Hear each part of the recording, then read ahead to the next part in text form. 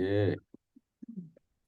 Kepada seluruh peserta yang hadir, diharapkan untuk dapat mengganti nama dengan format institusi underscore nama.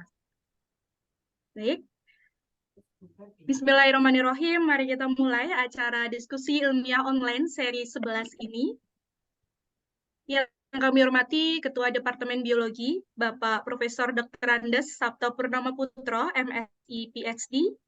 Yang kami hormati narasumber pada diskusi ilmiah online seri 11, Bapak Dr. Hewan Agung Budianto, MP PhD. Yang kami hormati Bapak Ibu dosen Departemen Biologi, serta seluruh teman-teman peserta yang hadir pada diskusi malam hari ini. Assalamualaikum warahmatullahi wabarakatuh. Puji syukur kehadirat Tuhan Yang Maha Esa atas karunia-Nya hingga kita semua dapat menghadiri acara diskusi ilmiah online seri 11 pada malam hari ini yang mengusung tema Advanced Reproduction Animal Technology in Indonesia. Izinkan saya memperkenalkan diri terlebih dahulu. Saya Naomi Krismaidita dari Prodi Biologi Angkatan tahun 2020 yang berkesempatan menjadi MC pada malam hari ini. Sebelum kita akan memulai acara, saya akan menyampaikan susunan acara pada malam hari ini. Yang pertama yaitu pembukaan, selanjutnya doa, lalu menyanyikan lagu Indonesia Raya, selanjutnya ada sambutan, lalu kita akan foto bersama, di sesi foto bersama, dan acara inti yaitu pemaparan materi, dilanjutkan dengan diskusi, dan yang terakhir penutup.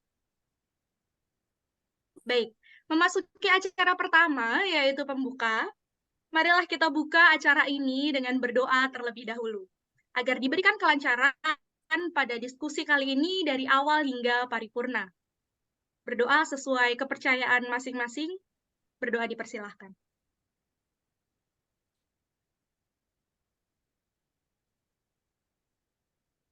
Berdoa dicukupkan. Selanjutnya kita akan menyanyikan lagu Indonesia Raya. Dimohon untuk seluruh hadirin berada dalam posisi tegak. Kepada operator, dimohon bantuannya.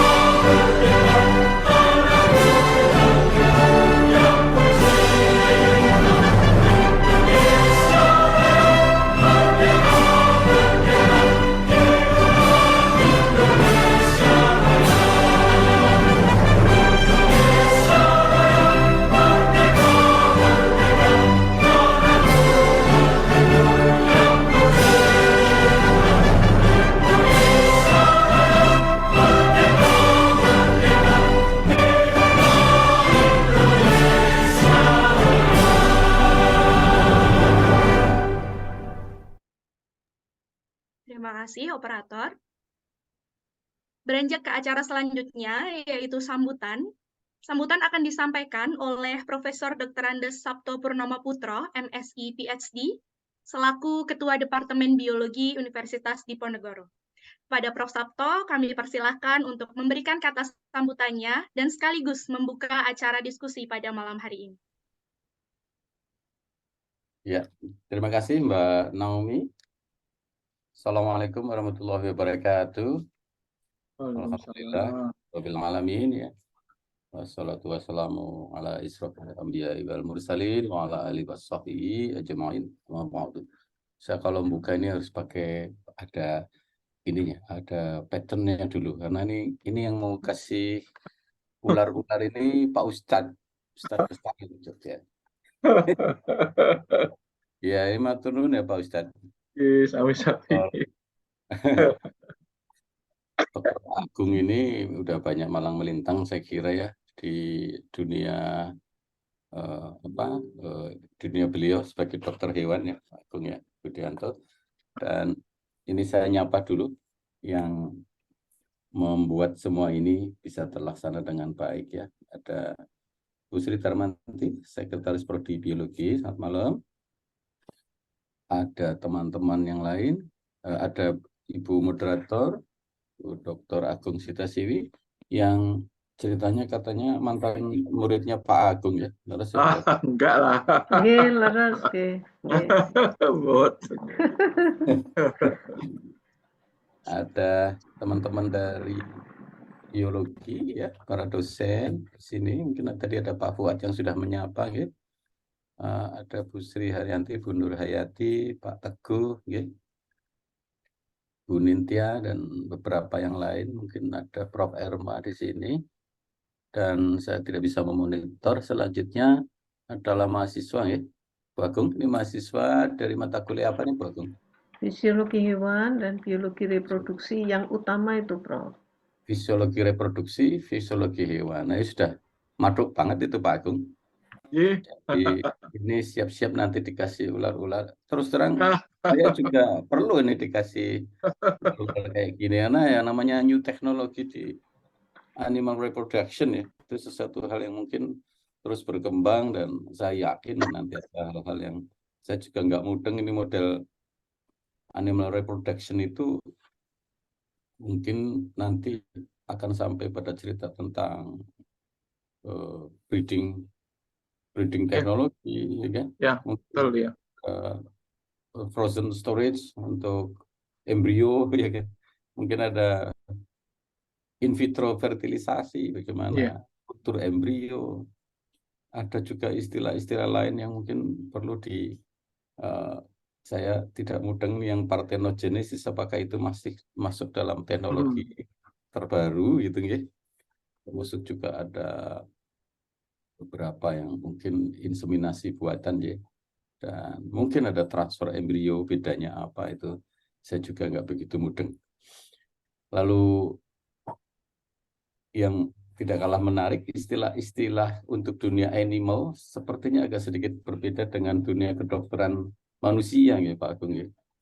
Jadi mungkin ini khusus untuk kali ini adalah khusus untuk animal breeding ya, kaitannya ya mungkin ya untuk kaitannya dengan teknologi reproduction. Baik, selanjutnya mungkin saya cukupkan dan saya ucapkan matur nuwun sekali pada narasumber ya, Pak Agung, sahabat saya juga di satu RT, sering ngobrol bareng, sering juga pingpongan bareng, tapi ngeteh bareng juga toh, ngopi bareng juga ya. Ngopi bareng. Tapi pas setelah berapa kali ini terus karena sudah boleh pandemik sudah nggak ada, wis podo melayu dewe dibeli tanggal ya. Ya. Terakhir ketemuan tuh ya di pas itu Pak Agung. Mantu panjenengan. Puasa itu ya. Puasa aja Pak Agung sudah maraton tiap hari. Menjadi narasumber gitu. Sebagai bukan Pak Dokter Hewan tapi Pak Ustadz. Merangkap rampok, makanya pantaslah beliaunya ini sibuk dan suatu hal yang bagi saya sih anugerah ya Pak Agung ini bisa menyempatkan waktu di sini. Malah matur nuwun saya. Masukan saya kembalikan lagi ya, saya kira itu dan saya sangat menyambut baik dan Pak Agung kita selalu mencari para narasumber terbaik ya dari internasional itu sudah yang ke-6 pada semester ini dan juga yang Indonesia juga tidak kalah menarik, banyak ya pakar-pakar dari seluruh Indonesia yang mungkin kita ambil yang bidangnya dan pakarnya. Nah, yang menarik di sini ada embel-embel in Indonesia ya, advance teknologi. Apakah kalau luar itu sama di Indonesia itu beda apa di luar itu lebih advance dari di Indonesia lah, itu nanti biar Pak Agung yang menjelaskan. Apa Indonesia sudah tidak kalah penerapan advance teknologinya untuk bidang animal reproduction? Nah, kita nanti dengarkan bersama-sama ya. Saya kira itu dari saya. Billahi taufiq wal hidayah. Wassalamualaikum warahmatullahi wabarakatuh. Saya kembalikan ke moderator. Baik, terima kasih kepada Prof. Sabto atas pembukaan dan sambutannya. Sebelum kita akan memasuki acara inti yang mungkin telah ditunggu-tunggu, yaitu pemaparan materi, kita akan masuk ke dalam sesi foto bersama. Dimohon untuk seluruh peserta dapat menyalakan kameranya. Nanti saya akan memberi aba-aba untuk dokumentasi dan mohon bantuannya kepada operator untuk dapat men-screenshot. Baik, mungkin sesi dokumentasi bisa kita mulai. Ya. Untuk sesi dokumentasi yang pertama, 1, 2, 3. Baik, mungkin sekali lagi. 1, 2, 3.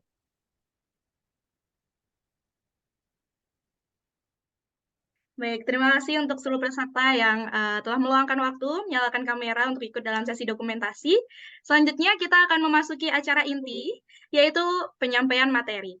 Pada sesi materi hari ini diberi judul Advanced Reproduction Animal Technology in Indonesia. Kali ini akan disampaikan oleh Bapak Dr. Hewan Agus Budianto, MP PhD dari Fakultas Kedokteran Hewan Universitas Gadjah Mada. Dan akan dimoderatori oleh Ibu Dr. Agung Janika Sitasibi, MSI. Mungkin langsung saja tanpa berlama-lama, waktu dan layar saya persilahkan kepada Ibu Agung. Oke, terima kasih Mbak Naomi selaku MC. Selamat malam, saya sampaikan kepada narasumber kita, Bapak Dr. Hewan Haji Agung Budianto, MP PhD, juga kepada Profesor Sabto Purnomo Putro, kepada Bapak Ibu dosen yang sudah ikut mengambil bagian dalam diskusi ilmiah online ke-11 ini, juga kepada seluruh mahasiswa yang sangat saya sayangi. Selamat mengikuti diskusi ilmiah online dan kita akan segera mengikuti paparan materi oleh narasumber, tetapi sebelumnya izinkan saya untuk membacakan kurikulum vitae dari Bapak Dr. Hewan Haji Agung Budianto, MP PhD. Nah, narasumber kita kali ini menempuh pendidikan S1 di Fakultas Kedokteran Hewan UGM, lalu S2 ditempuh juga di program Pasca Sarjana UGM, dan S3 beliau menempuh di Yamaguchi University di Jepang. Lalu beliau juga mengikuti program postdoktoral dari yang pertama Universitas Western Perth, Australia, berikutnya University of Sydney, Australia, dan yang ketiga di Yamaguchi University, Jepang. Dan berikutnya adalah boleh dikatakan karir, tapi juga boleh dikatakan profesi, ya, karena beliau adalah ustadz yang saya tahu. Waktu saya dibimbing beliau belum jadi ustadz, sekarang sudah jadi ustadz. Oke, beliau adalah dosen S1 di Fakultas Kedokteran Hewan UGM. Berikutnya juga sebagai dosen di Sains Veteriner Pasca Sarjana UGM. Dan sebagai dosen S3 di program Doktor Sains Veteriner UGM. Lalu jabatan beliau adalah Wakil Dekan Bidang Akademik dan Kemahasiswaan di Fakultas Kedokteran Hewan UGM.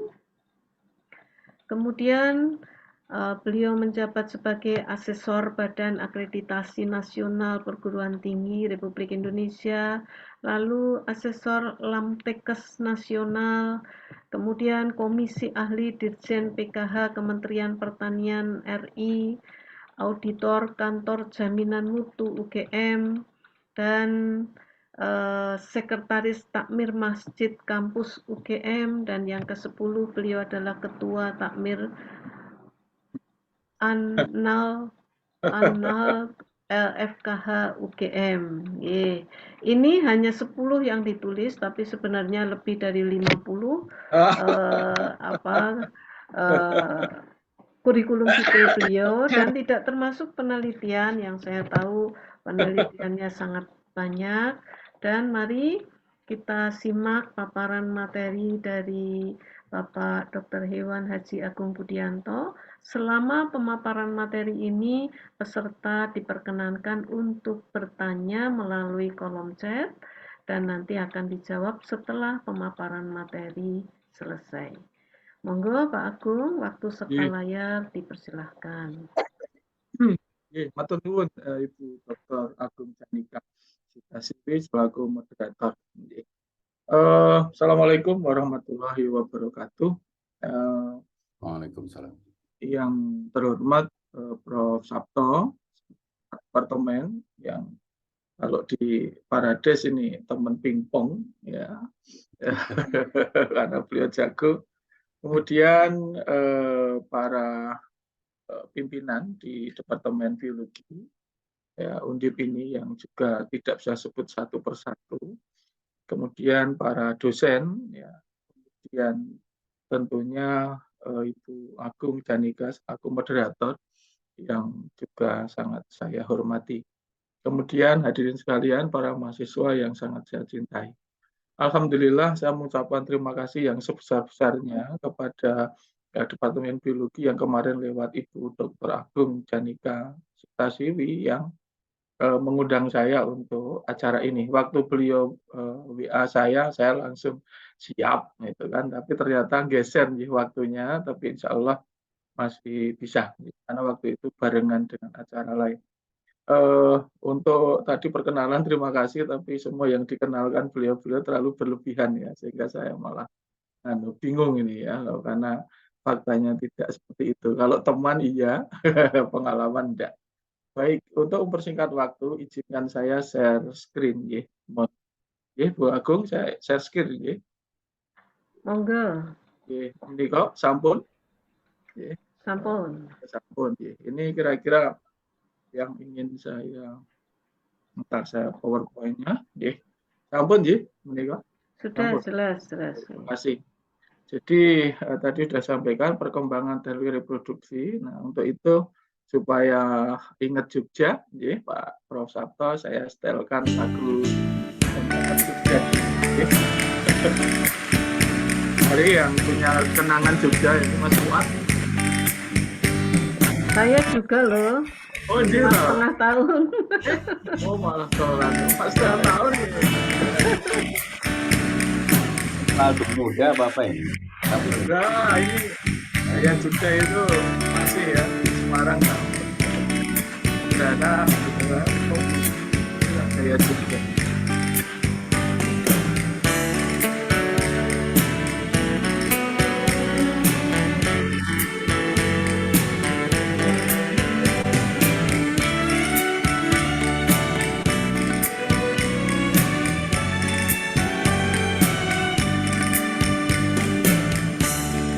Pulang ke kotamu,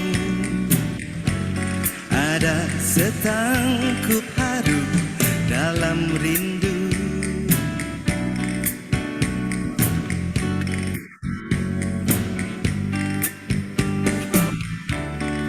Masih seperti dulu,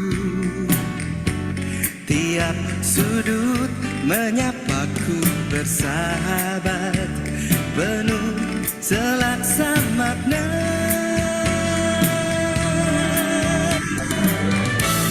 Terhanyut aku akan nostalgia saat kita sering luangkan waktu,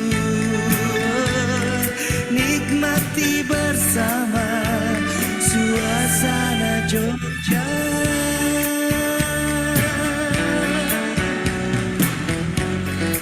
Di persimpangan langkahku terhenti,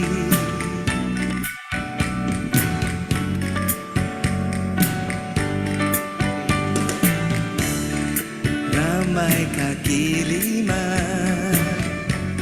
menjajakan sajian khas berselera, orang duduk bersila.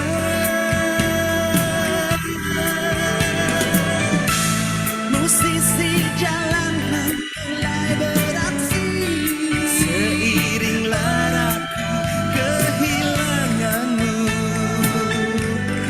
merintih sendiri di taman teruk katamu.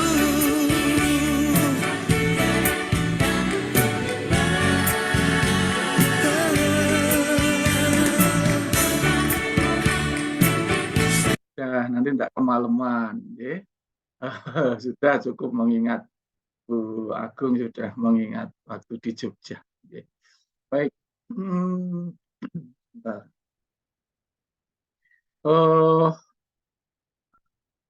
Kok malah hilang ya? Enggak ya? Tampilannya, bentar, ini yang sekedar, maaf.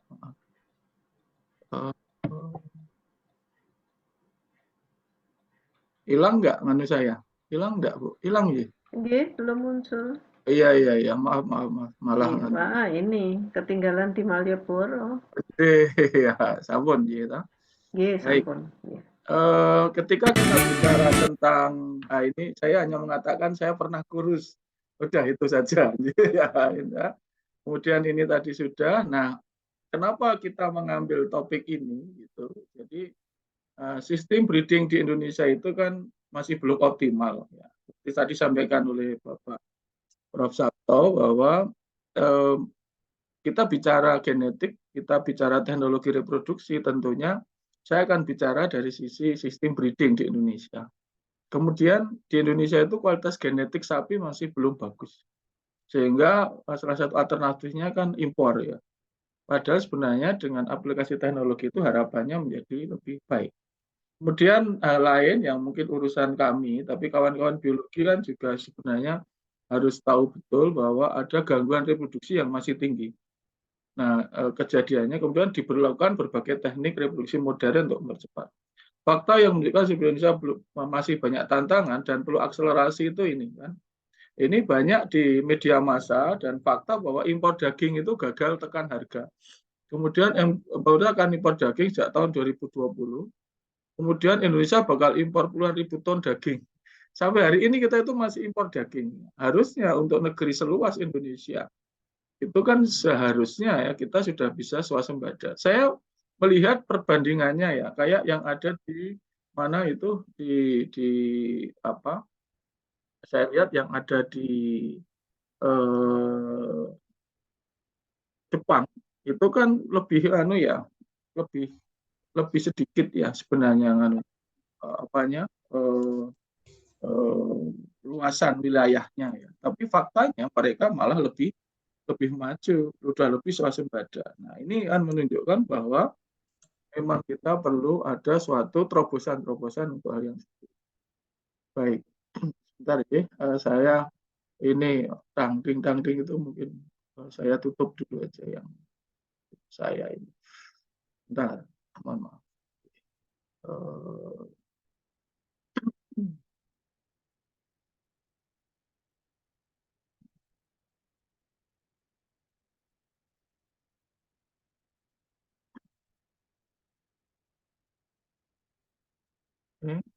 Mohon maaf, ampun.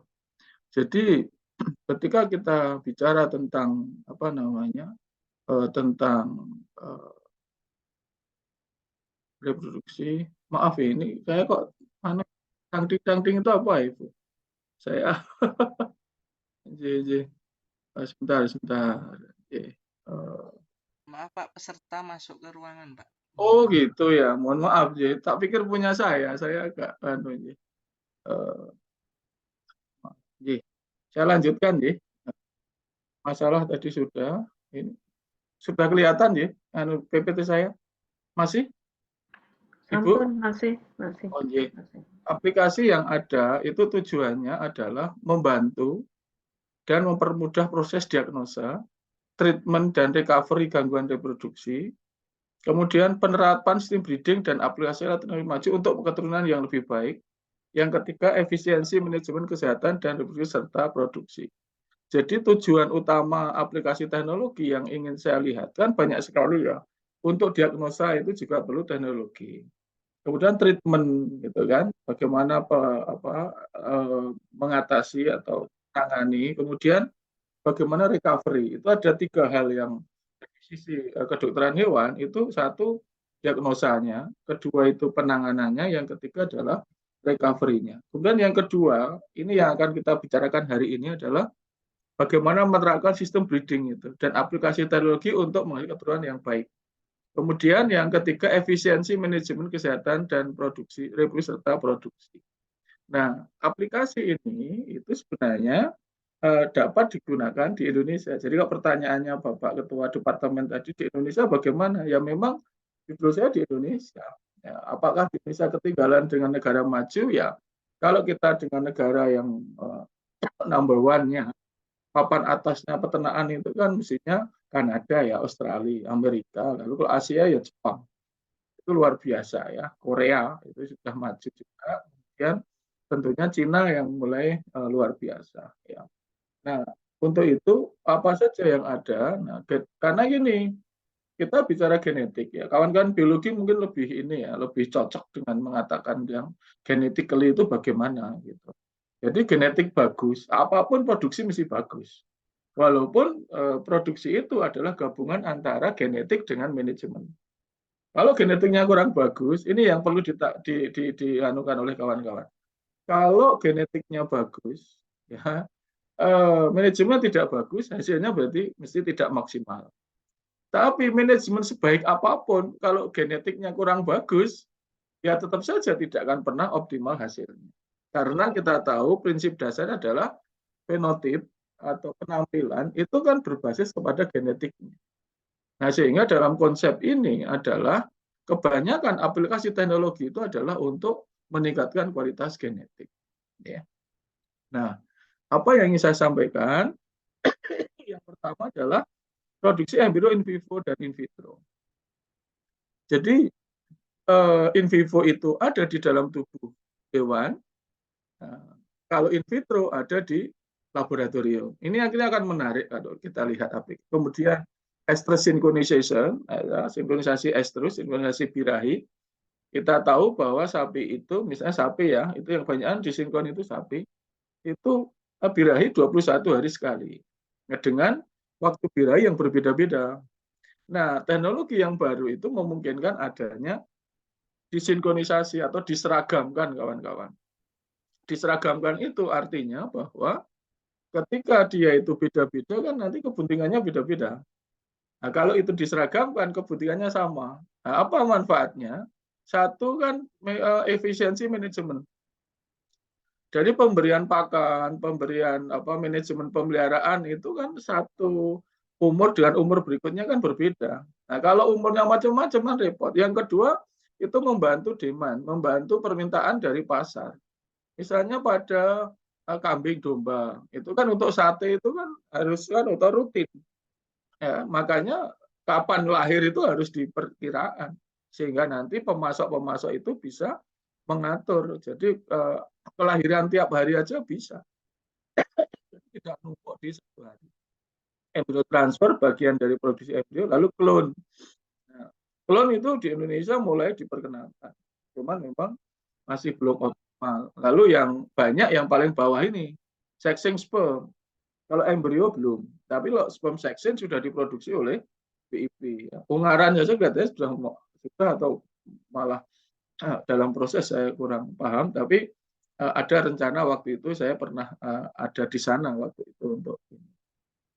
Untuk itu mari kita lihat. Yang pertama tentunya teknologi yang sudah umum tapi tidak akan bahas detail adalah ini IB, inseminasi buatan. Nah, ini gambar saya ya waktu masih muda. Saya sejak muda sudah main-main IB ya. Jadi saya yang mengkursus IB inseminator se-Indonesia. Kebetulan sampai hari ini saya masih menjadi instruktur untuk inseminasi buatan. Jadi kalau kita tahu ada petugas IB, kalau evaluasinya itu saya yang melihat. Jadi awal-awal dulu memang saya itu tukang IB, tukang PKB ya. Jadi kawan-kawan pemeriksaan kebuntingan, embrio transfer ya itu pekerjaan saya sehari-hari. Saya masih istiqomah Dr. Agung gitu. Sampai hari ini saya masih jadi kalau ada pemilihan presiden Republik Indonesia itu syaratnya ahli pemeriksaan kebuntingan dan IB gitu. Saya berani maju itu ya. Dan saya optimis lah, saya bisa menang lah se-Indonesia ini kalau syaratnya itu. Sayangnya nggak ada. Iya. Nah inilah kawan-kawan ya. Nah inilah menikah populasi dan bibit unggul. Nah, tapi ternyata IB ini kan sejak tahun 1974. Anda tahu kalau Anda ke BIP itu kan balisai buatan Ungaran. Sapinya kan gede-gede, tapi sapi putih di Indonesia itu nggak tambah gede-gede. Gitu. Masih statis saja gitu. Tapi kalau sekarang pakai simetal sama limusin baru berubah. Jadi menarik. PO kita itu kan ngomongnya besar, tapi di lapangan sapi PO makin kecil. Kenapa? Ya karena induknya itu masih involved. Jadi genetik induk itu masih ikut kalau IB. Jadi gabungan. Jadi misalnya gini, kawan-kawan ya, misalnya sekarang pacaran gitu kan, lalu kawan-kawan mahasiswa suami istri, cowoknya tinggi, bapaknya tinggi, ibunya ndek, anaknya jadi sedang. Jadi kan tidak langsung tinggi toh. Bapaknya hitam, ibunya putih misalnya, anaknya jadi ya ndak belang-belang lah ya, mestinya ya gabungan gitu kan ya, sawo matang lah gitu ya.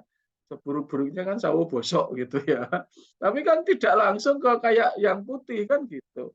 Ini fakta yang tidak terbantahkan. Nah kebetulan resipien kita itu kan tidak terlalu bagus gitu, dalam standar yang internasional. Tapi kita melihat plasma nutfah kita punya kelebihan. Tapi dalam konsep untuk performance itu masih belum maksimal.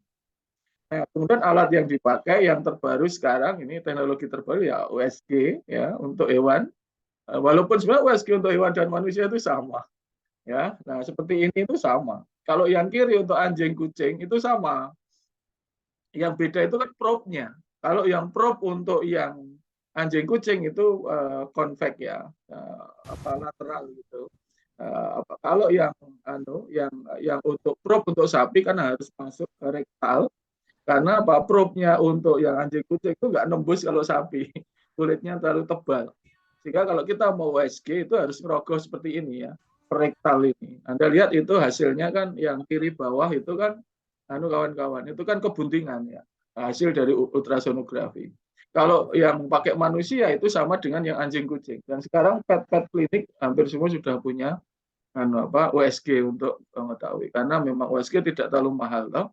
Sekarang 50 juta itu sudah dapat yang buatan Cina itu. Dan hampir semua klinik sudah punya ultrasonografi. Karena kan tidak terlalu mahal seperti dulu. Nah ini gambarnya ya. Ini kalau kita mau USG pada hewan besar. Ini saya menampilkan ini sebagai bentuk terima kasih kepada ini. Dua-duanya sudah purna tugas ini Dr. Agung. Dr. Surya ini yang lihat monitor sudah purna tugas September ini. Yang satu Dr. Yuriadi itu ahli juga kuda, ahli USG itu beliau sudah pensiun tahun lalu. Jadi dua orang ini yang berjasa, maka fotonya saya pasang. Nah saya waktu itu yang tukang rogoh-rogoh ya kan biasa nungguin kan. Prof. Sabto itu nungguin aja ya. Yang rogoh-rogoh saya gitu. Nah persiapan donor. Sekarang kita mulai satu ya kawan-kawan, terutama mahasiswa. Embrio yang tadi saya bilang, kenapa produksi in vivo itu menjadi penting? Nah, karena ini satu produksi embrio in vivo itu persiapan donor, kedua resipien, kemudian baru transfer embrio. Ini sama persis dengan bayi tabung, ya, itu persis ya. Nah, kebetulan waktu saya di Jepang itu saya bekerja di rumah sakit manusia untuk membuat embrio ini. Ya. Sehingga karena memang sampai fase embrio kan kita sama ya dengan hewan yang strata atas yaitu sama dengan kita. Yang pertama adalah persiapan donor. Donor sesuai namanya ya dia yang akan memproduksi embrio. Nah kita tahu bahwa ini prinsipnya superovulasi itu sapi itu monotokus. sapi itu monotokus, artinya anaknya satu. Kalau itu satu, berarti ovulasinya satu setiap 21 hari sekali. Ovulasi satu, itu kalau di IP atau di fertilisasi, hasilnya satu embrio. Nah kan enggak nambah-nambah, toh rugi toh kalau cuma hasilnya satu. Padahal sudah donornya itu bagus, ya, kemudian mahal gitu kan. Nah maka dari itu di super ovulasi supaya folikelnya jadi banyak. Begitu. Kalau folikelnya banyak, oositnya akan banyak. Kalau oositnya banyak, nanti di IP, maka embrionya akan menjadi banyak. Maka proses in vitro ini disebut MOET, ya, MOET, Multiple Ovulation Embryo Transfer. Ya, kemudian disinkronisasi. Sinkronisasi itu untuk apa? Untuk mengetahui ya kapan dia atau mendetermine, menentukan kapan dia akan di IB atau birahinya kapan. Jadi kalau dengan PGF, ini saya secara garis besar, kita suntik prostaglandin, maka sapi itu akan birahi 2 hari sampai 3 hari kemudian. Jadi misalnya kita mau IB hari Minggu, ya sudah suntik aja itu hari Kamis. Nah, suntik hari Kamis, maka Jumat, Sabtu atau Minggu dia sudah birahi. Itu untuk menentukan kapan di IB. Kenapa? Karena kita perlu panen embrio. Panen embrio untuk embrio sapi itu sampai hari ke-7, D7 ya, D7. Jadi kita harus menentukan D7-nya kapan ya. Jadi embrionya donornya disuntik, PGF2 alfa, setelah disinkronisasi di superovulasi.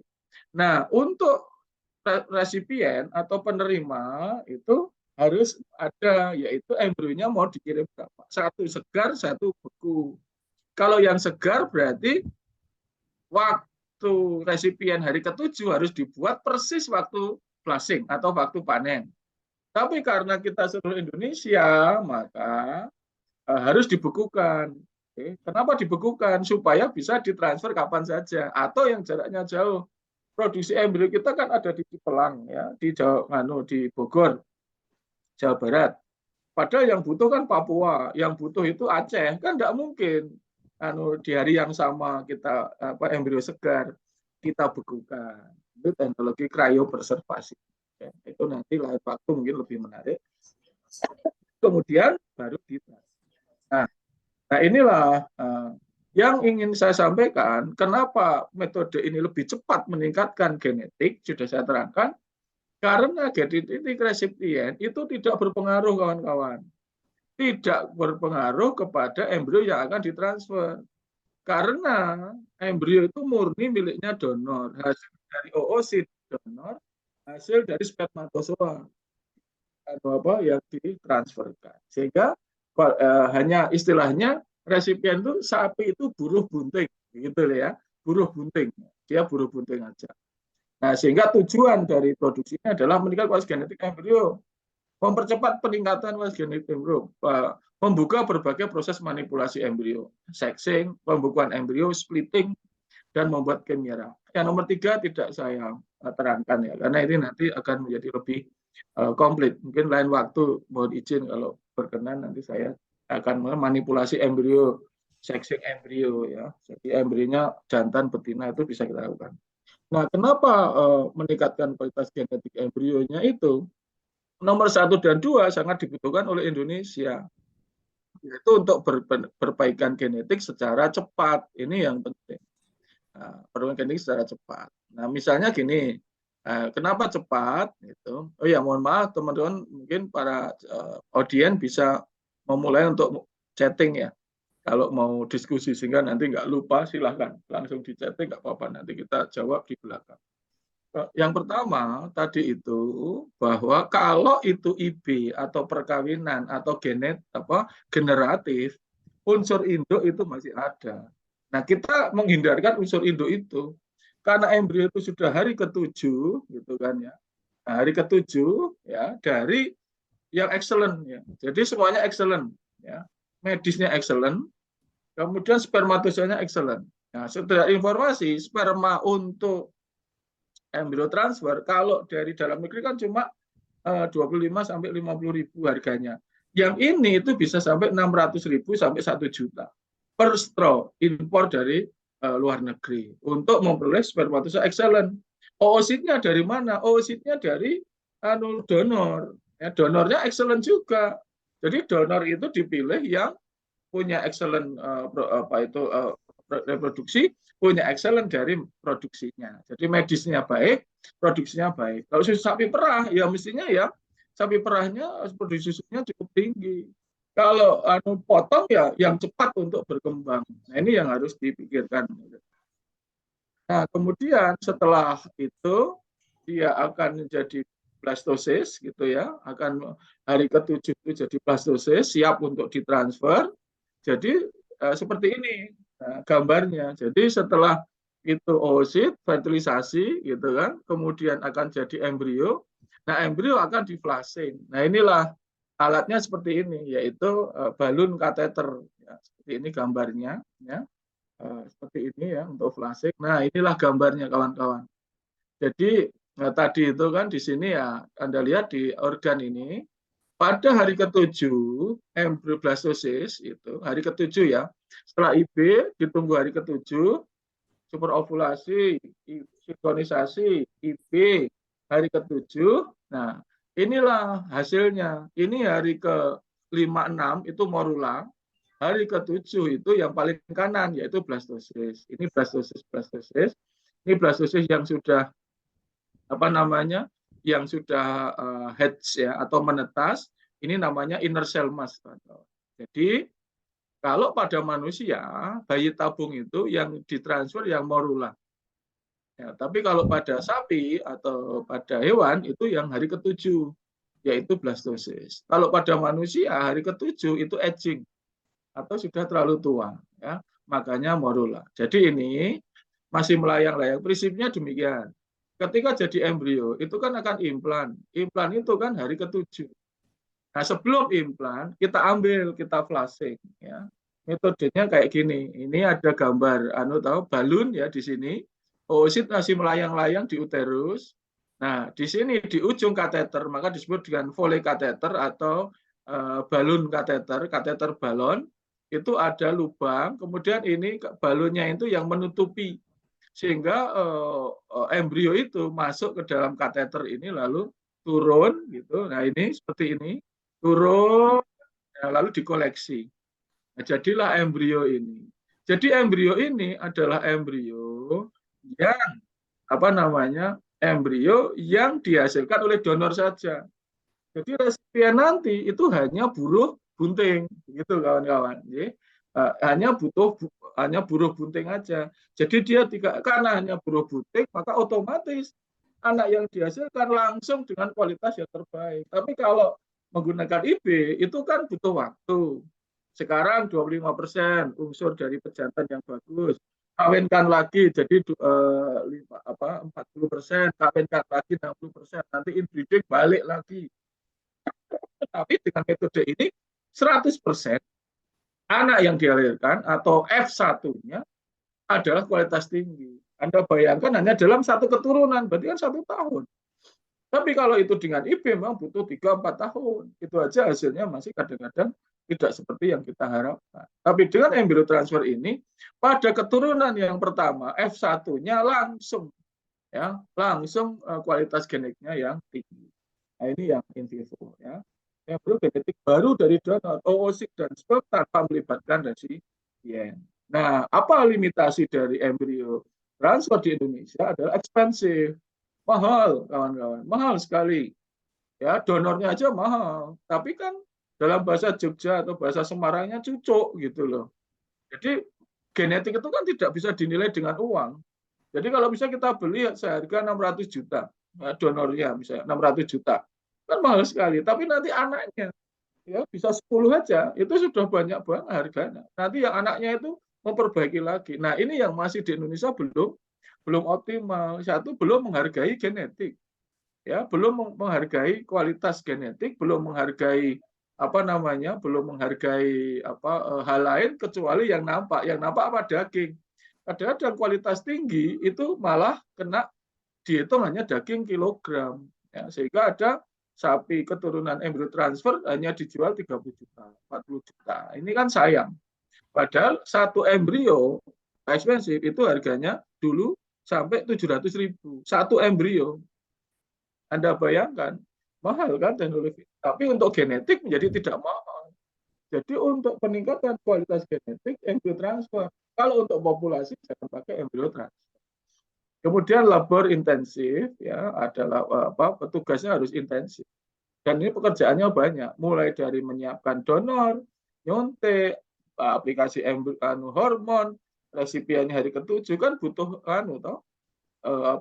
pengamatan yang sangat intensif dan orang-orang yang ahli di bidang. Nah, saya bersyukur karena saya involved di embrio transfer di Indonesia. Ya, kebetulan kalau ada kursus yang ngajari saya juga sebagai konsultannya untuk embrio transfer ini. Dan saya beruntung juga waktu saya sekolah yang membuat flushing kateter itu profesor saya. Sehingga saya langsung dari suhunya, katanya gitu. Kemudian requires extensive training and experience. Jadi tugasnya harus ekstensif, trainingnya harus kuat dan punya pengalaman untuk reproduksi. Ini kelemahannya. Jika tidak semua bisa melakukan proses embrio transfer. Nah, seperti disampaikan oleh Prof. Sabto tadi bahwa embrio yang ada itu kan nanti teknologinya misalnya cryopreservasi, ya, atau dan pembuatan chimera, gitu kan, ya, kemudian sexing dan sebagainya. Baik, untuk mempersingkat, selingan sebentar, ya, ini kawan-kawan mesti tahu lagunya Kekasih Bayangan. Oke, mari kita dengerin dulu sambil yang ingin tanya langsung di chat aja. Mari kita dengar. Oke. Sambil istirahat sebentar.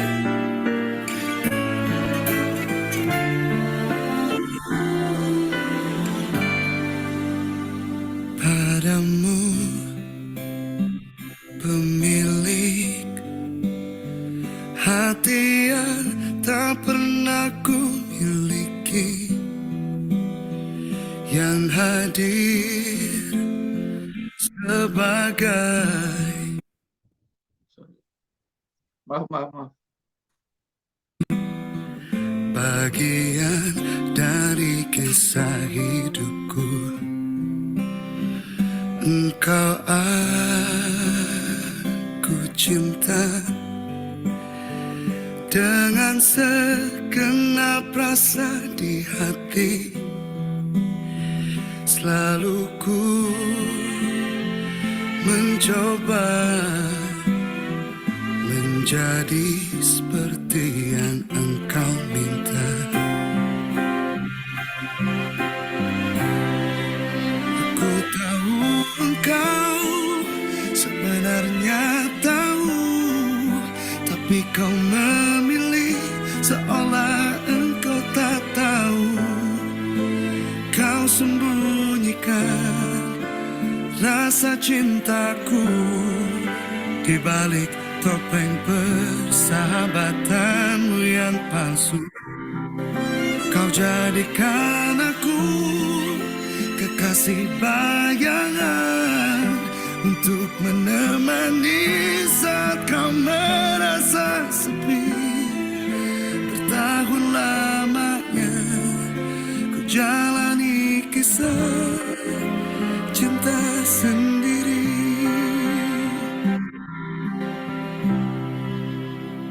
Mungkin memang benar cinta itu tak lagi berharga. Semua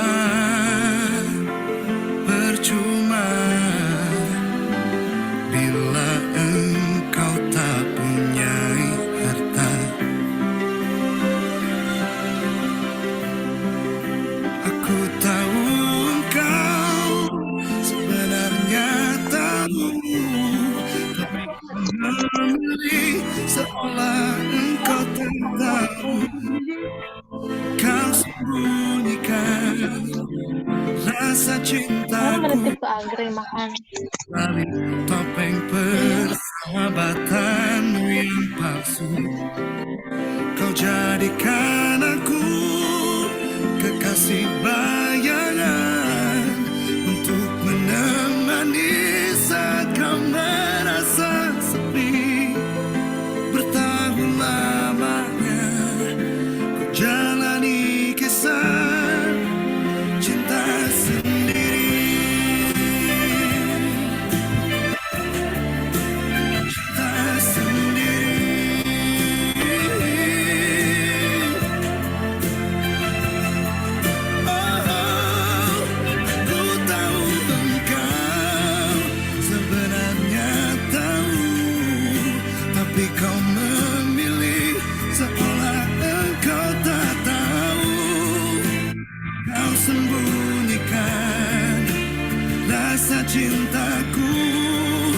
di balik topeng persahabatanmu yang palsu. Kau jadikan aku kekasih bayangan untuk menemani saat kau merasa sepi. Bertahun lamanya ku jalani kisah cinta sendiri. Oke, sudah ya. Jadi yang ngantuk jadi nggak ngantuk, semoga ya. Kasih bayangan. Baik. Tadi itu yang in vivo, ya sekarang yang kedua sexing sperm. Ya, kenapa sexing sperm ini saya sampaikan? Jadi gini, ketika itu hewannya jantan, maka kita butuh sperma jantan, misalnya pada sapi potong. Tapi kalau yang hewan betina, mestinya untuk sapi perah. Sehingga sexing sperm mulai ada di Indonesia. Ya. Sexing sperm itu nanti IB, tapi spermanya sudah dipisahkan X dan Y. Prinsipnya adalah kalau itu ini metodenya ini sudah ada ya. Kalau sperma itu kan XY. Kalau oosit pasti X, itu yang penting. Karena itu X, kemudian spermatozoa X dan Y. Kalau nanti X ketemu X, maka betina. Kalau Y ketemu X, itu adalah jantan. Sehingga maunya atau tujuan teknologi ini, X, Y-nya itu dipisahkan. Ketika X, Y dipisahkan, maka yang Y pasti jadi jantan. Yang X jadi betina. Kan begitu polanya. Nah, teknologinya kan ini masih pemisahan, ya, gerakannya lebih lambat, Y-nya itu lebih kecil, gerakannya cepat, sehingga cenderung Y-nya itu di atas, X-nya di bawah. X itu di bawah, jadi kalau nanti sperma stronya itu X ketemu X, maka menjadi XX, maka betina. Yang jadi permasalahan adalah apa yang dilakukan di Indonesia dengan metode swim up, dengan pemisahan gradien albumin dan sebagainya, yang sekarang ada, itu masih belum sempurna memisahkan. Sehingga kalau ada satu straw berisi sperma Y maunya, itu kadang-kadang dalam bahasa kita pas katutan gitu kan. Jadi yang X itu terbawa. Ya, kenapa? Ya itu tadi, karena pakai gradien. Ya, Anda lihat di situ ya atas bawah ada gray area. Yang ketiga, kalau misalnya ada pejantan yang kromosom Y tapi tidak perlu sehat, dia akan di bawah. Dia tidak akan pernah melayang-layang atau berenang-renang di atas. Nah, ini salah satu kelemahan. Terkait dengan ini, maka setiap produsen itu harus memastikan, melaporkan kepada konsumen sebenarnya pemisahannya itu bisa sampai berapa. Ini yang penting. Pemisahannya sampai berapa. Kalau pemisahannya itu hampir 100%, ya berarti nanti anaknya habis 100%. Tapi kalau hanya 60-40 misalnya, 60 jantan, tapi katutan 40, ya berarti nanti ketika itu bunting, maka yang keluar itu ada jantan 60% aja. 70-30 ya, jantannya 70-30 yang ya. Nah, kalau mau lebih hebat ya pakai yang alat ini, flow cytometry. Itu single sperm yang masuk. Nah, single sperm ini X dan Y-nya langsung dipisahkan. Sehingga ini bisa hampir 90%. Ya, hampir 90% benar ya, mungkin hampir 100% benar. Gitu. Bunting jantan ya jantan betul. Karena apa? Pemisahannya sampai 3 kali. 1 menggunakan listrik, 2 DNA, kemudian 3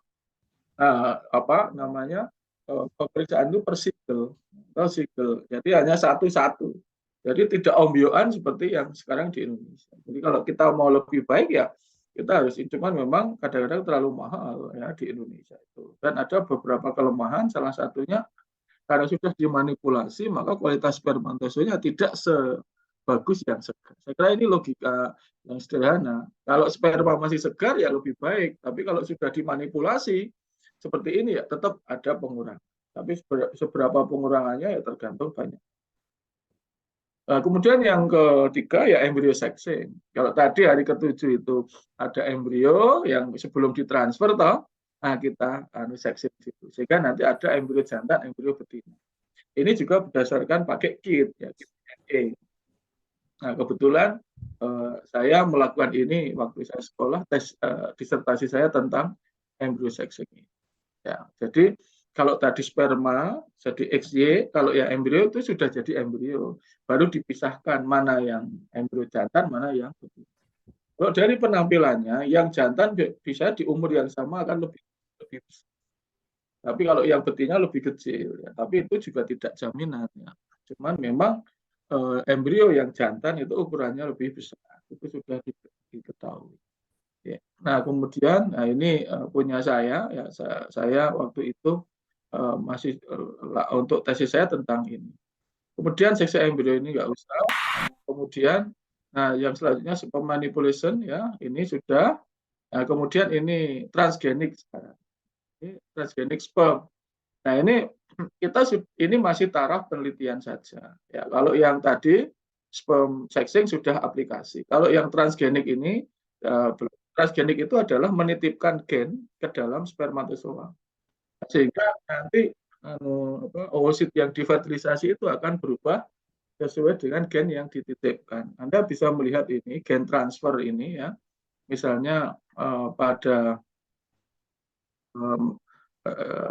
maaf ya ini ya, gen transfer ini yang nanti misalnya gini, pernah ada penelitian pernah mendengar sapi gila gitu. Nah itu kan harus punya imun sendiri.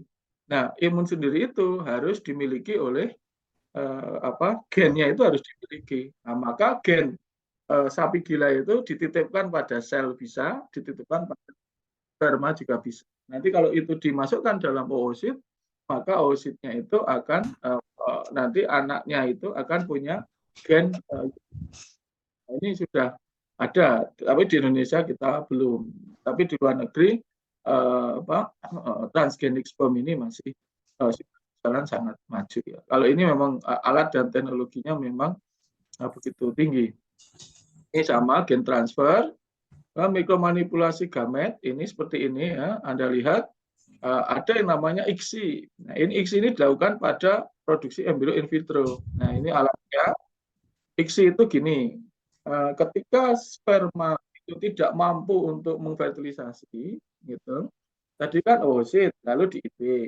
Di in vitro kadang-kadang sperma ini menarik kawan-kawan ya. Sperma itu tidak memfertilisasi oosit.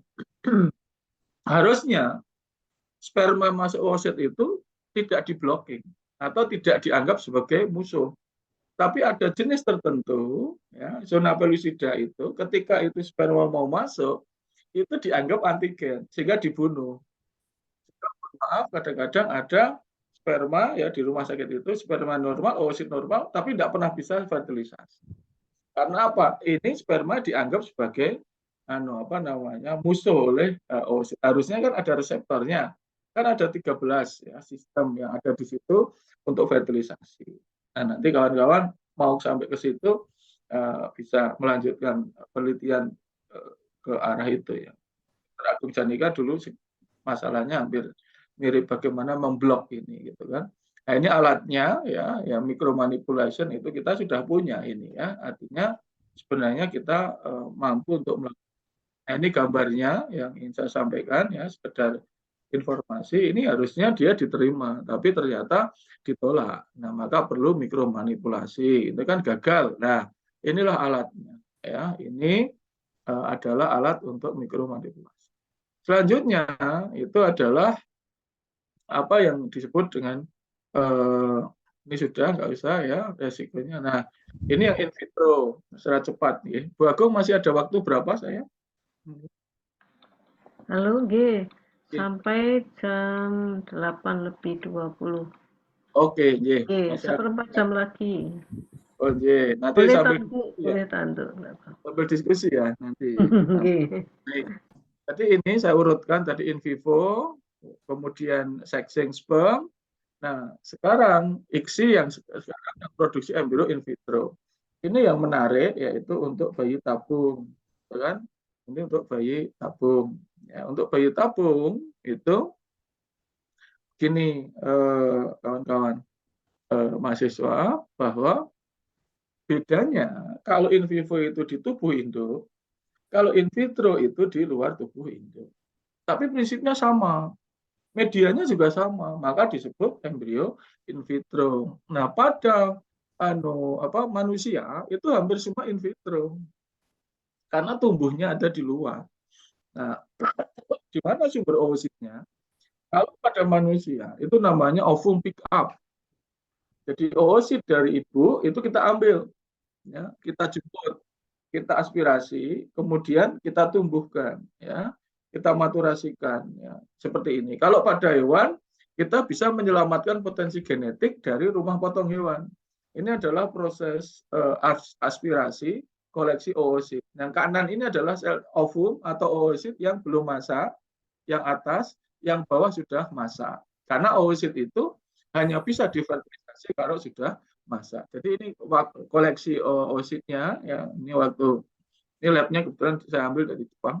Nah, ini alatnya, ya, ini metodenya, ini oosit pada hewan slaughterhouse. Misalnya ada sapi dengan produksi hampir sehari bisa 36 liter, kan keren. Tapi semakin tua kan produksinya turun. Tidak lagi 36 liter, tapi mungkin 15 liter atau tinggal 5 liter. Bahkan harus dikaling, tapi genetik kan nggak akan hilang. Karena genetik tidak akan pernah hilang, ya, maka diambillah itu oositnya. Kita selamatkan, lalu di sini ada sperm, ada spermatozoa. Nah, spermatozoa ini digunakan untuk memfertilisasi oosit ini.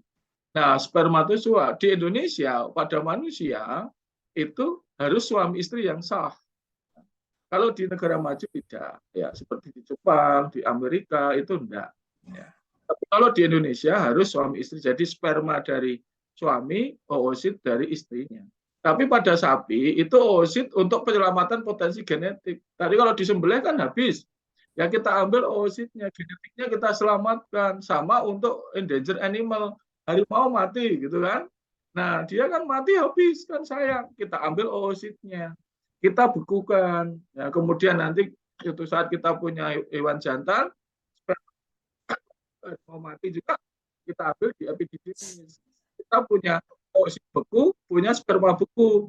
Oosit beku, sperma beku kita gabungkan di proses fertilisasi. Ini fertilisasi dimaturasikan, fertilisasi lalu ada embrio.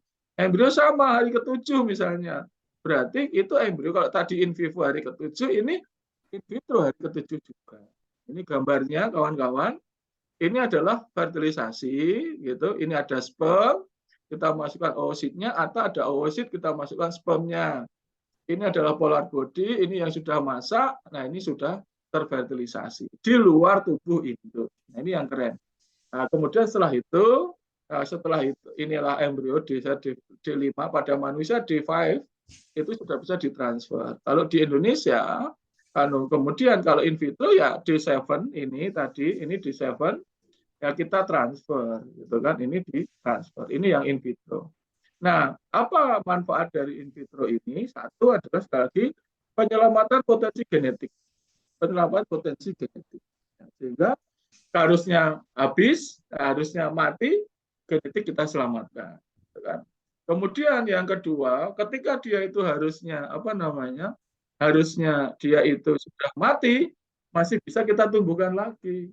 Ya, endangered animal kan juga demikian. Nah, ini in vitro. Nah, prosesnya untuk selanjutnya gitu kan, ini bisa diseksing atau ditransfer, ya, atau transgenik atau jadi kimera.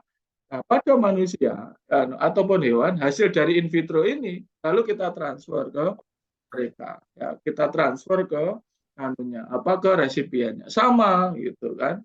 Nah, kelemahan dari metode ini adalah kualitas oosit itu tidak sebagus yang in vivo. Karena kalau in vivo, ya, metode in vivo itu kan donornya kan sudah bagus, oositnya sudah bagus.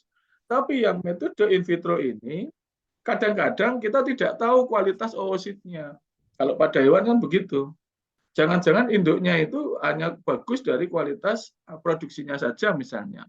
Tapi kita tidak tahu dari sisi medisnya. Ini kelemahannya di situ. Yang kedua, proses ini kelemahannya adalah kalau pada in vivo itu monosperm. Jadi spermanya satu. Jadi sperma itu kan N. Lalu oosit itu N. N ketemu N, jadi 2N. Gitu. Yang tadi itu loh. Nah, 2N itu kalau N-nya 1, N tambah N. Tapi pada in vitro, itu kelemahannya, itu bisa jadi polisperm. Gitu ya, polisperm. Polisperm itu artinya apa? Sperma yang masuk itu lebih dari 1. Nah, ini yang tidak boleh. Maka akan menjadi polisperm, maka abnormalitas kromosom harusnya N 2N, ini menjadi 3N. Misalnya yang masuk 2, kan begitu. Nah, apa yang terjadi kalau itu lebih dari 1, ya, maka dia biasanya gagal fertilisasi. Kalau berhasil, itu tidak jadi blastosis. Kalau jadi blastosis, tidak implan, gitu. Kalau implan tetap lolos implan, maka pertumbuhannya terganggu. Biasanya early embryonic death atau kematian embrio dini. Kalau kematian embrio dini lolos juga, abortus. Gitu. Kalau nanti lolos juga, gitu kan, lahirnya mesti prematur atau stillbirth, jadi mati sebelum waktu melahirkan. Kalau dia tumbuh, dia akan tidak normal. Sehingga kalau kita di Indonesia sering lihat ada hewan-hewan yang itu aneh, tapi di Indonesia kan jadi mistik itu, sebenarnya ada kelainan abnormalitas. Nah, satu hal yang menguntungkan yang kita tahukan bahwa kelainan kromosom itu sedikit. Ya, kelainan kromosom itu dalam dunia breeding sedikit. Hanya 0,1% saja. Artinya, kalau itu memang ada kegagalan, itu biasanya bukan karena kelainan kromosom, tapi proses-proses IB, proses oositnya yang kurang bagus dan sebagainya, nah itu yang menyebabkan terjadinya gangguan itu. Tapi prinsipnya sama kawan-kawan, bahwa in vitro itu diambil dari ovum pickup juga bisa. Sapi itu kalau yang sapinya induknya ingin di in vitro juga bisa. Kita ambil aja ya, kita kayak pada manusia, kita ovum pickup, oositnya lalu kita simpan, lalu ada spermatozoa. Nah, setelah itu baru kita akan bisa menghasilkan embrio juga. Nah, embrio inilah nanti tergantung mau dibawa kemana. Sama yang in vitro juga. Kalau memang mau segar, ya, spermanya itu segar, maka langsung kita siapkan resipien hari ke-7 juga. Tapi kalau ini mau beku, ya kita bekukan dulu. Nah, kalau bicara embrio beku, beda lagi, nanti kualitasnya akan turun lagi karena ada manipulasi, dan tidak semua embrio yang dibekukan itu hidup. Ada juga embrio yang dibekukan, setelah ditauin dia tetap malah jadi mati. Nah, jadi ya artinya baik in vivo maupun in vitro itu sama-sama menghasilkan embrio. Kemudian yang terakhir yang tidak saya masukkan di sini itu adalah cloning. Kenapa Indonesia belum ada? Ya, cloning belum, tapi perlu saya sampaikan aja di sini sedikit. Kalau clone itu fotokopi. Jadi misalnya somatis saya kita somatis saya kita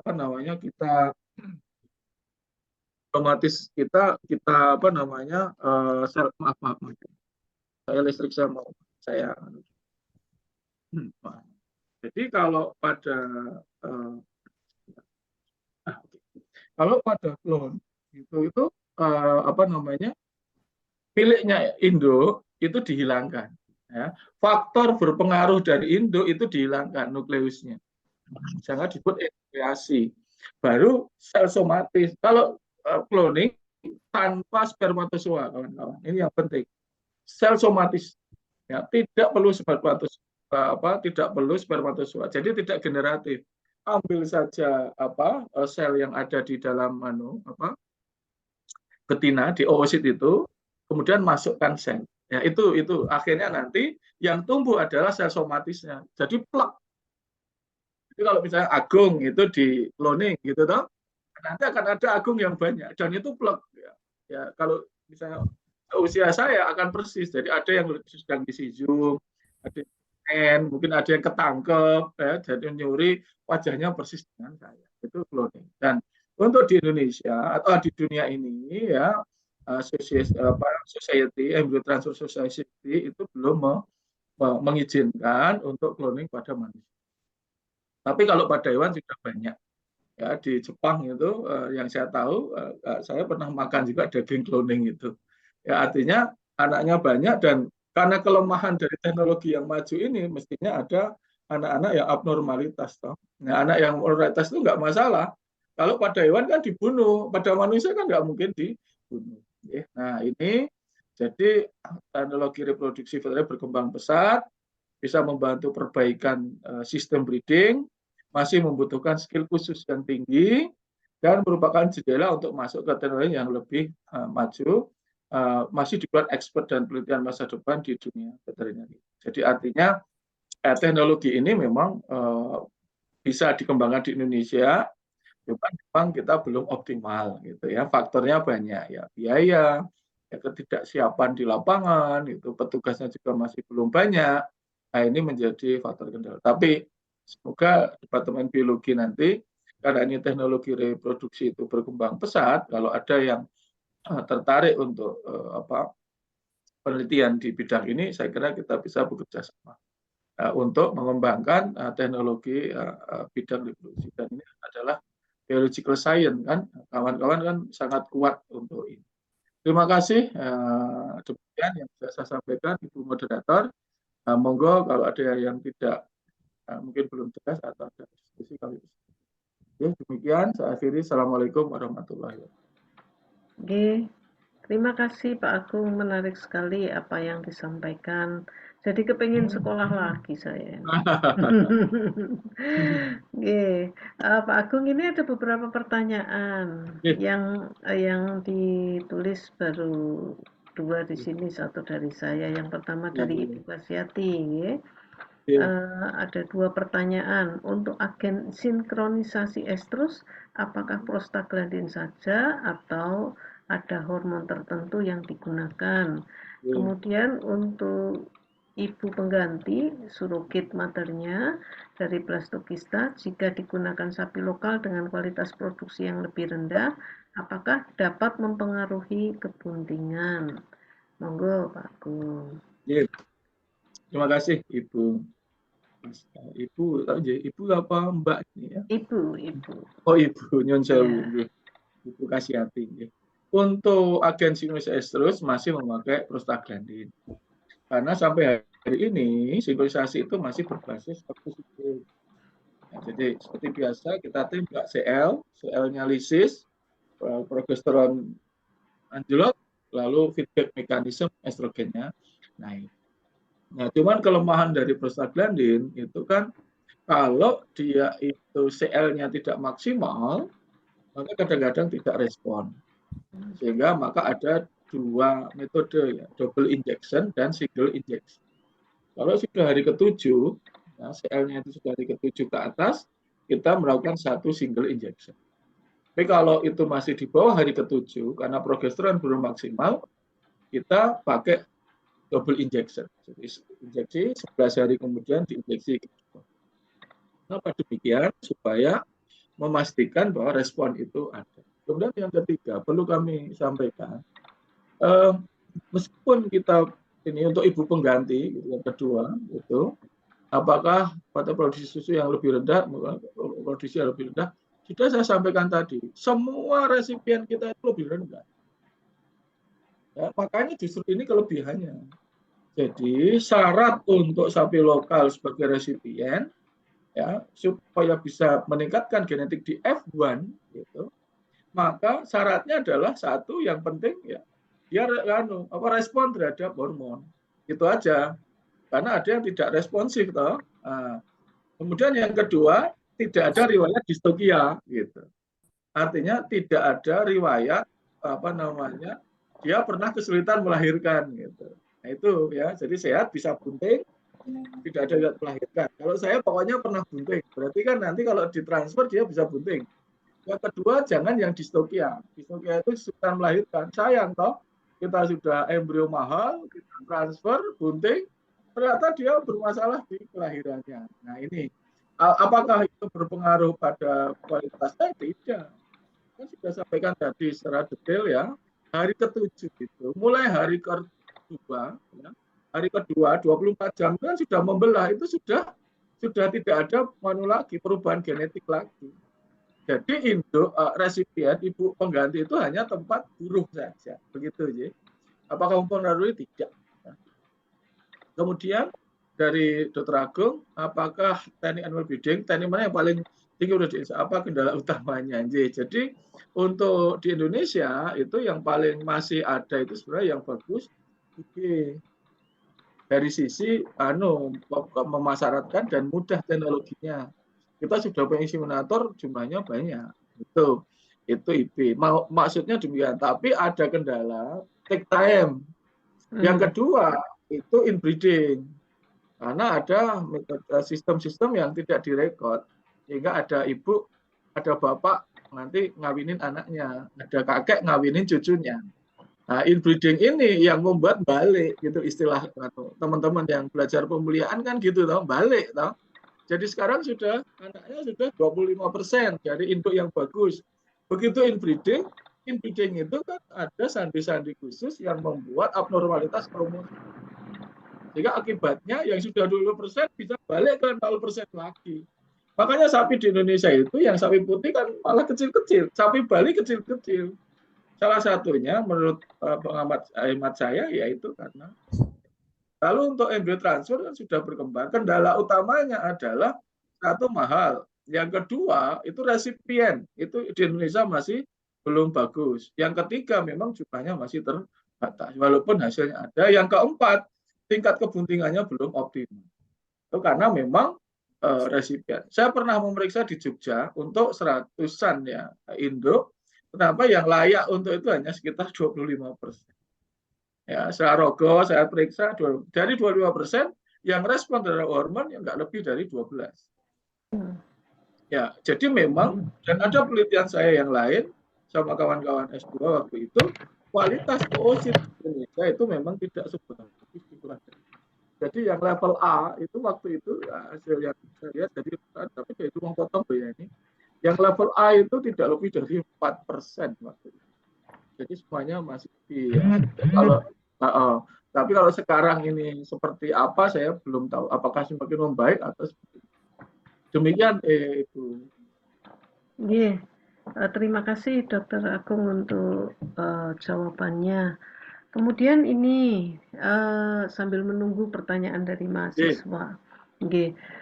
Tadi dinyatakan kalau hasil embrio storage itu tidak semua hidup, ketika ditowing.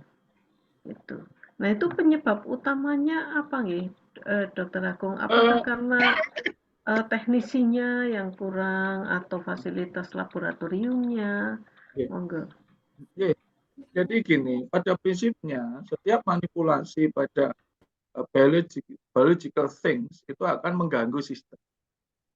Baik karena misalnya chemicalianya yang dipakai, yang kedua adalah secara mekaniknya, ya karena dia harus lari ke sana kemari, harusnya sudah tidur nyenyak, dia harus kita pindah-pindah medium, gitu. Yang ketiga kan faktor lingkungan yang ekstrim, suhu, gitu kan, pH, gitu. Nah, kemudian yang paling penting, ini kan kalau recreopersuasi itu kan mesti cold shock. Nah inilah yang dan kebetulan embrio itu tidak suka dengan chemicalia.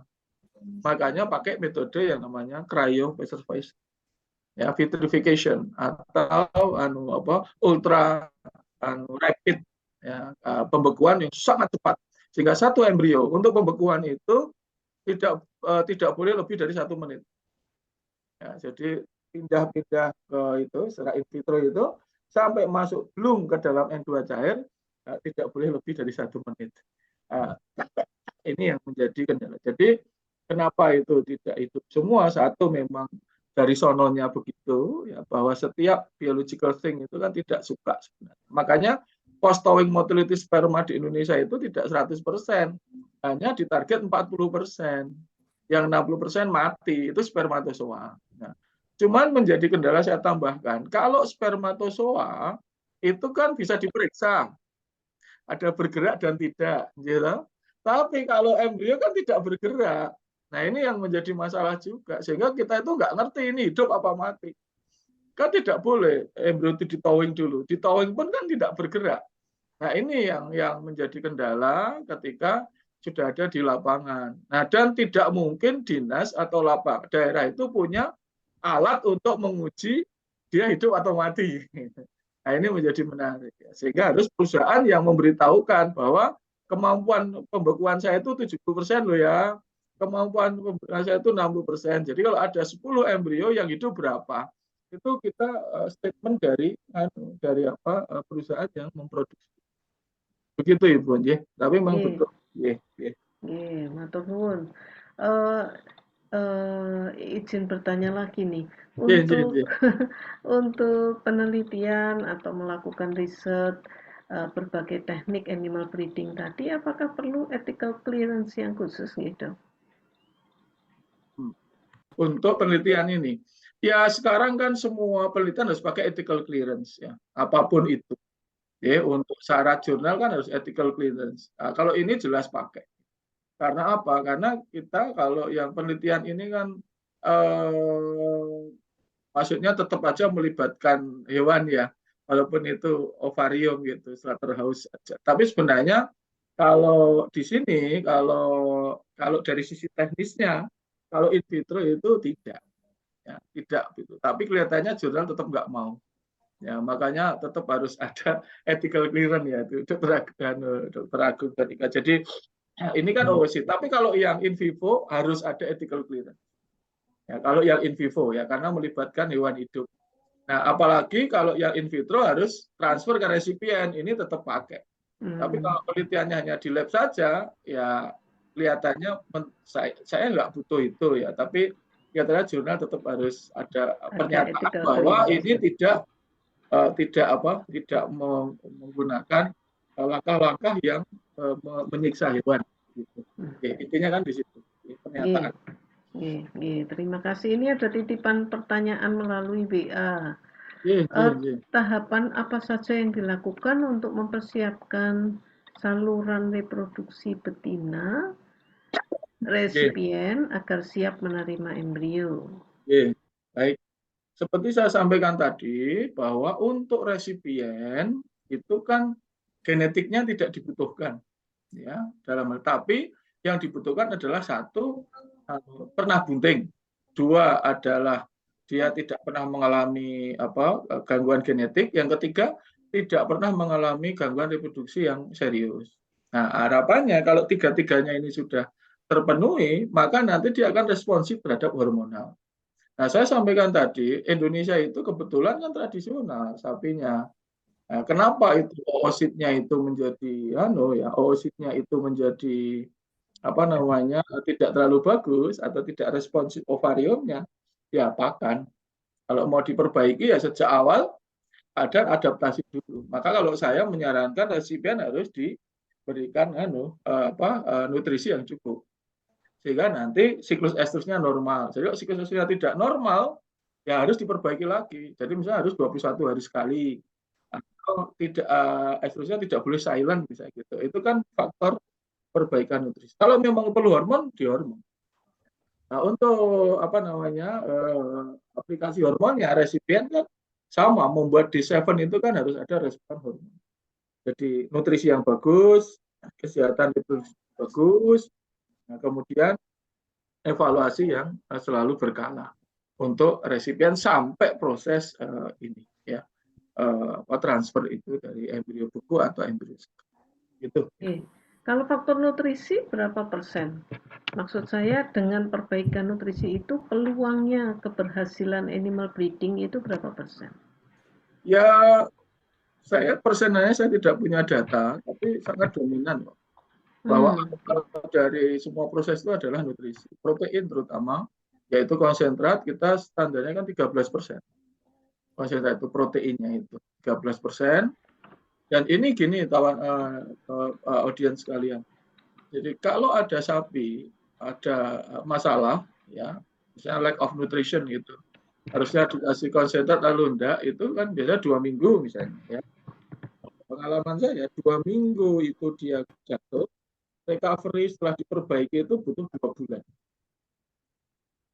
Nah, supaya ini cepat, recovery itu ditambah dengan hormon reproduksi. Jadi misalnya kalau supaya folikelnya tumbuh, nutrisi aja nggak cukup. Begitu nutrisi, ada respon, suntik dengan GnRH, misalnya. Sehingga FSHLH, baru folikel tumbuh. Demikian. Tapi kalau tanpa intervensi dari hormonal, maka ini lama sekali. Kalau sudah, bahkan kalau tidak segera diobati, itu kadang-kadang melanjut. Justru yang pertama hipofisi masih bisa recovery, tapi setelah itu menjadi atrofi. Kalau atrofi ini, ya sudah, wassalam. Ya, harus. Jadi begitu. Ya. Jadi tetap dominan itu nutrisi. Gitu. Okay. Terima kasih, Dr. Agung. Mari silakan mahasiswa untuk raise hand jika ada yang ingin ditanyakan. Jadi apa yang dilakukan oleh narasumber kita adalah mengembangkan teknologi reproduksi untuk menanggulangi ketersediaan bibit unggul yang masih sangat kecil atau miskin di Indonesia. Ya, jadi melalui beberapa teknik tadi. Silahkan jika ingin ditanyakan, ini saya sudah menyimpan beberapa pertanyaan, tapi untuk mahasiswa, saya keluarkan pada saat ujian tengah semester nanti. Ini ada titipan lagi Pak Agung yang saya mau. Ternyata pada malu kalau harus raise hand. Tadi kan disampaikan bahwa upaya menaikkan produktivitas hewan dinyatakan jika genetiknya bagus. Kalau genetik bagus, maka hasilnya bagus.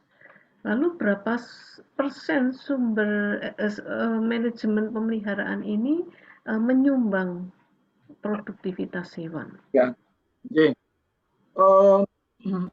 sebenarnya kalau berapa persen itu, kalau teorinya sih 50-50 ya. Kalau lihat gambarnya itu yang sering, jadi kan ini yang di sini itu genetik, yang sini manajemen, lalu kan di tengah gitu ya. Tapi kalau itu dikaji sebenarnya nggak gitu-gitu amat. Gitu kalau saya bilang gitu. Tetap saja genetik itu sangat dominan sekali. Bahkan saya sampai bisa mengatakan hampir 70% itu genetik. Bahkan ya kalau itu kita bicara tentang produksi susu misalnya, itu bisa 90% kalau mau kita bicara tentang, karena gini, hebat apapun perbaikan genetik, perbaikan manajemen, kalau susah produksi susu mentok 15 liter genetiknya, nggak akan nambah. Gitu. Ya mau apapun, nah, seperti di Indonesia itu kan sapi perah kita, itu kan sapi PO Indonesia. Nah, bukan pure toh, yang pure itu kan 1,5 meter. Indonesia itu kan kecil, tapi itu memang sudah produk Indonesia. Itu sampai kiamat gitu kan, mau diperbaiki manajemennya, ya mentok 15 liter per hari. Paling mentok laktasi 20 liter. Tapi kalau yang genetik tinggi, yang aslinya PO itu kan 36 liter. Nah, di Indonesia 36 liter mesti ditambahi air kan. Itu ya, ini yang saya maksudkan. Tapi kalau teorinya ya 50-50. Cuman ini saya menekankan betapa genetik itu sangat bagus. Berapa peningkatannya? Ya kalau manajemennya bukan begitu cara ngitungnya. Jadi misalnya sekarang ini genetik sama, gitu toh cara membandingkannya. Genetiknya sama. Manajemennya A, manajemen B, manajemen C, kan begitu. Karena membandingkan antara genetik dengan manajemen itu kan tidak head to head. Nah, jadi kalau saya teman-teman ya, ini misalnya produksinya 15. Kemudian ini kasih manajemen A, ini manajemen B, ini manajemen C. Nah, itu baru bisa dihitung. Nah, seberapa besar manajemennya itu berpengaruh. Ternyata ini naik 2 liter, yang ini naik 3 liter, yang ini naik 5 liter. Oh, ternyata dengan penambahan mineral di C ini maka ada kenaikan. Nah, itu bisa dibandingkan. Tapi kalau teori apakah genetik dan manajemen ya 50-50. Ya. Terima kasih. Kalau pengalaman Pak Agung ini, Oke. dari seluruh jenis sapi di Indonesia itu yang Ya. performanya paling bagus sapi mana nih? Yang apa? Pertumbuhannya paling bagus? Performanya Oh ya, reproduksinya. kalau Iya. ini tergantung. Kalau sekarang yang disukai itu kan limosin sama metal. Ya. Metal limosin itu bagus pertumbuhannya, ADG-nya tinggi sekali. Hmm. Dari sisi itu orang suka, gitu ya, untuk sapi potong. Cuman kelemahan dari ini, atau bukan kelemahan ya, perbedaan dari si mental PO Simpo Limpo itu adalah performa reproduksinya berubah. Sehingga orang mengeluh Menurun, di IP berubah susah pada menurun. F2. F2-nya Oh begitu. kalau Kalau F1 masih berhasil. berubah. Hmm. Enggak, bukan begitu Ibu. Jadi gini, ada perubahan. Jadi misalnya gini, estrus pada sapi F2 itu sudah panjangnya lebih dari 3 hari. Oke. Sehingga orang IB yang dulu malam di IB pagi, malam estrus pagi di IB itu udah enggak berlaku lagi. Yang kedua, kadang-kadang ada yang silent hit. Gitu. Nah ini juga menjadi kendala. Tapi orang masih suka. Karena apa? Harganya mahal. Procot itu, Dewan itu, kalau yang PO itu mungkin 1 juta. Nah, ini sudah cukup. Apalagi kalau sudah bentuknya bagus, bisa 3 juta. Nah, sapi PO kelebihannya, adaptasinya lebih baik. Pakane opo wae meteng. Contohnya yang ada di Blora, Purwodadi, Tuban, Bojonegoro, sebagian Wonogiri, Sragen itu kan kering. Tapi tetap aja dia bunting. Ya, meskipun. Yang kedua, Anda tahu sapi PO itu keibuannya tinggi. Dia itu sampai kurus kering itu karena habis untuk menyusui anaknya. Ini yang hebat dari sapi PO. Kolostrumnya banyak. Ya, ini kelebihan dari sapi PO itu dia rela untuk kurus kering demi anaknya. Nah ini yang tidak dimiliki oleh sapi yang lain. PO. Jadi iya. Kalau sapi Bali ya karkasnya bagus, makan apa saja, fertilitasnya tinggi sapi Bali gitu. Nah itu beda-beda untuk kelebihan. Matur nuwun. Terima kasih Pak Agung, luar biasa ini ya. Silahkan mahasiswa jika ingin bertanya. Tampaknya ini. Halo. Silahkan bisa langsung open mic atau resen. Ini ada dari Bu Syati. Ya, cara yang mudah mengidentifikasi estrus pada sapi. Terlewat estrus, baiknya kapan melakukan IB? Terima kasih. Baik. Kalau identifikasi estrus gampang ya, 3A, 2B, 2C, gitu kan. Abang, abu, anget, bengak-bengok, celingkrak-celingkrik itu. Cuman sekarang banyak sapi yang silent. Jadi tanda-tanda itu tidak muncul. Kenapa tidak muncul? Karena kadar estrogennya tidak full untuk bisa menginisiasi tanda-tanda estrus sekunder yang tadi saya sebutkan. Nah, sehingga kita pasti akan terlewat. Nah, untuk mengatasi itu, satu, tidak ada lain, tidak ada bukan, adalah recording.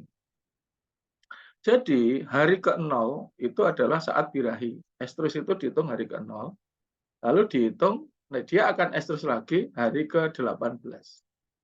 Di 0 sampai 18, nah hari ke-18 inilah saat dia harus diperiksa. Nah, karena hari 18 itu tidak keluar lagi tandanya, nah nanti petugas yang akan memeriksa. Nah, biasanya inseminator tahu kapan estrus apa tidak. Nah, cuman masalahnya kan inseminator tidak nunggu di situ. Makanya peternak itu sebaiknya kalau ada sapi birahi itu lapor. Nah, karena tandanya tidak ada, maka lapornya adalah hari. Ini sudah hari ke-18 gitu kan. Nah, tolong untuk diperiksa. Nah, cuman jadi masalah lagi, silent hit atau birahi tenang dengan bunting tidak bisa dibedakan. Karena ciri sapi bunting juga tidak birahi, kan begitu. Nah, lalu apa yang dilakukan? Ya harus diperiksa. Yang jadi masalah, tidak semua petugas bisa memeriksa itu, namanya sterility control. Nah, lalu bagaimana? Nah, sebaiknya ya ditunggu aja. Ya, atau tetap lapor, nanti petugas yang meriksa. Oh, ternyata ini bunting misalnya. Nah, kan harus ada pemeriksaan. Begitu ya kalau terlewat. Nah, yang berbahaya itu kalau sapinya harusnya bunting karena terlewat sudah ngundang petugasnya ngibe, hancur lah itu, abortus. Karena petugas yang mungkin belum berpengalaman misalnya, sehingga nggak tahu sapi bunting sama tidak. Itu juga gitu, Ibu Kasih. Kalau petugasnya di Indonesia apakah sudah memadai, Pak Agung? Nya sudah. Oh. Tapi kalau untuk yang sterility control, dokter sekalipun harus ada refresh. Oh, begitu. Untuk petugas yang paramedis, ya mantri, dia harus kursus. Nah, kalau IP sudah, tapi kalau yang itu masih perlu penambahan. Mengingat luas Indonesia sangat luas. Gitu. Terima kasih Dr. Agung, ini tampaknya tidak ada pertanyaan lagi, tapi mudah-mudahan kita ketemu lagi di diskusi yang lain, yang lebih menarik, begitu. Secara pribadi saya mengucapkan terima kasih untuk presentasi yang luar biasa pada malam hari ini, dan terima kasih para peserta yang sudah setia mendengarkan informasi ini. Mudah-mudahan ada yang tertarik ini untuk S2 atau S3. Silahkan nanti bisa sakit gitu, bisa nanti hubungi saya, bisa kita bareng-bareng sama teman-teman biologi untuk saya pembimbing kedua atau yang ketiga siap lah. Kalau memang butuhkan. Sekali lagi kami mengucapkan terima kasih untuk narasumber kita, Dr. Hewan Agung Budianto, MP PhD, atas waktu, atas share ilmu yang sudah luar biasa untuk kami, dan biarlah kita dapat terus untuk bersilaturahmi dalam bentuk kontak ilmiah seperti ini untuk berbagi segala kebaruan informasi di dalam bidang reproduksi. Demikian presentasi dan diskusi dengan Dr. Agung Budianto.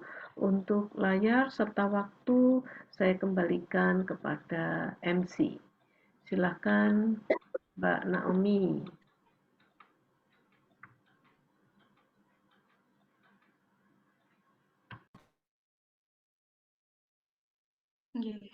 Baik. Terima kasih kepada Ibu Dr. Agung Janika Sitasiwi MSI selaku moderator, dan narasumber kita Bapak Dr. Hewan Agung Budianto MP PhD selaku pembicara pada diskusi ilmiah online pada malam hari ini. Untuk teman-teman semuanya, peserta diskusi ini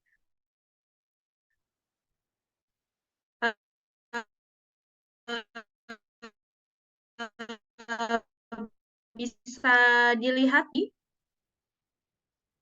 baik. Selanjutnya,